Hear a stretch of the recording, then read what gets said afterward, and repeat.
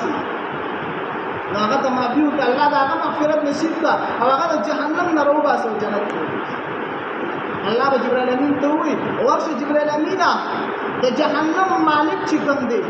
جهنم یو مالک به وي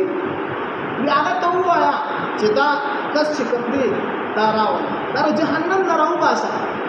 جهنم نه راو باسا داغه براشي جبرائیل امین براشي او د جهنم مالک ته